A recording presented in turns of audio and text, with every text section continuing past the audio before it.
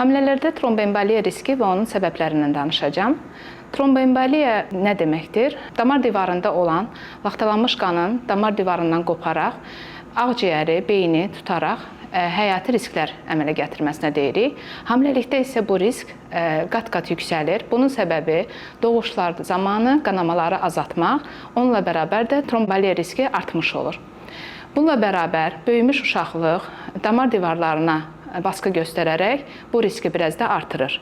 Riskin özü doğuş sonrası və keysəriyyə sonrası bir həftə müddətində də yüksək olaraq qalır. Hamilə qadınlar, çoxdövrlü hamilələr, bundan öncəki hamiləlikdə tromboemboli riski olanlar, nəslində tromboemboli xəstəliklərə meyilli olan xanımlar, çox kilolu xanımlar, yaşı çox olan xanımlar və keysəriyyə ilə doğum etmiş xanımlar bu risk qrupuna daxildir. Xəstəlik özünü ayaqda olan qızarıqlıq, şişkinlik kimi göstərə bilər.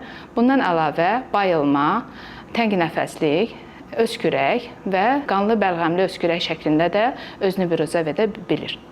Bunun qarşısını almaq məqsədi ilə xanımlara bol su içməyi, yürüyüş etməyi, sadə idman hərəkətləri etməyi, damar sıxıcı corablardan istifadə etməyi və həkiminizin yazdığı qan sulandırıcıdan daimi olaraq istifadə etməyi məsləhət görürük. Laxtalanma problemi hamiləlikdə yüksək riskli olmağına baxmayaraq, sadə tədbirlərlə bu riski aşağı sala bilirik.